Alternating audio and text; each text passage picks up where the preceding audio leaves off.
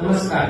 આજે આપણે વાત કરવા જઈ રહ્યા છીએ ગર્ભાશયના મુખના કેન્સરની રસી વિશે. ગર્ભાશયના મુખનું કેન્સર સ્ત્રીઓમાં થતું સેકન્ડ મોસ્ટ કોમન કેન્સર છે અને આ કેન્સર લગભગ દર વર્ષે 1.25 લાખ જેટલી મહિલાઓનો ભોગ લે છે અને એમાંથી 70 થી 80 હજાર જેવી મહિલાઓ દર વર્ષે મૃત્યુ પામે છે.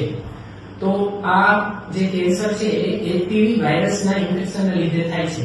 તો તેની સામે એચપીવી વાયરસ સામેની જે વેક્સિન અવેલેબલ છે તે ગર્ભાશયના મુખના કેન્સરની સામે પ્રોટેક્શન આપે છે અને આ વેક્સિન હવે એક સરકારના એક અભિયાન મુજબ દરેક ગવર્મેન્ટ હોસ્પિટલ જેવી કે પીએચસી અને સીએચસી માં ઉપલબ્ધ છે, જે 14 થી 15 વર્ષની છોકરીઓને મફત આપવામાં આવે છે, જેની અંદાજિત કોસ્ટ 3 થી 4 હજાર જેવી પ્રાઇવેટ દવાખાનામાં થાય છે. તો મારી નમ્ર અપીલ છે કે દરેક છોકરીઓને તેમના વાલીઓએ આ વેક્સિન આપવી જોઈએ અને દરેક સ્કૂલો તેમજ અમુક જે એનજીઓની સંસ્થાઓ છે તેમને પણ આ વેક્સિનને પ્રમોટ કરવી જોઈએ. સોશિયલ મીડિયામાં જે અત્યારે આવી રહ્યું છે કે વેક્સિન લીધા પછી પ્રેગ્નન્સી નથી રહેતી, તો એ સંપૂર્ણપણે એક અફવા છે.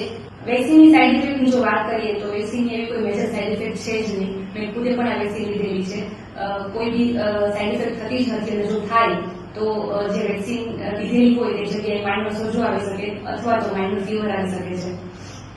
જો તમે એક માતા છો તો એક જાગૃત માતા તરીકે તમારી બાળકીના ઉજ્જવળ ભવિષ્ય માટે તમે આજે જ વેક્સિન લેવડાવો.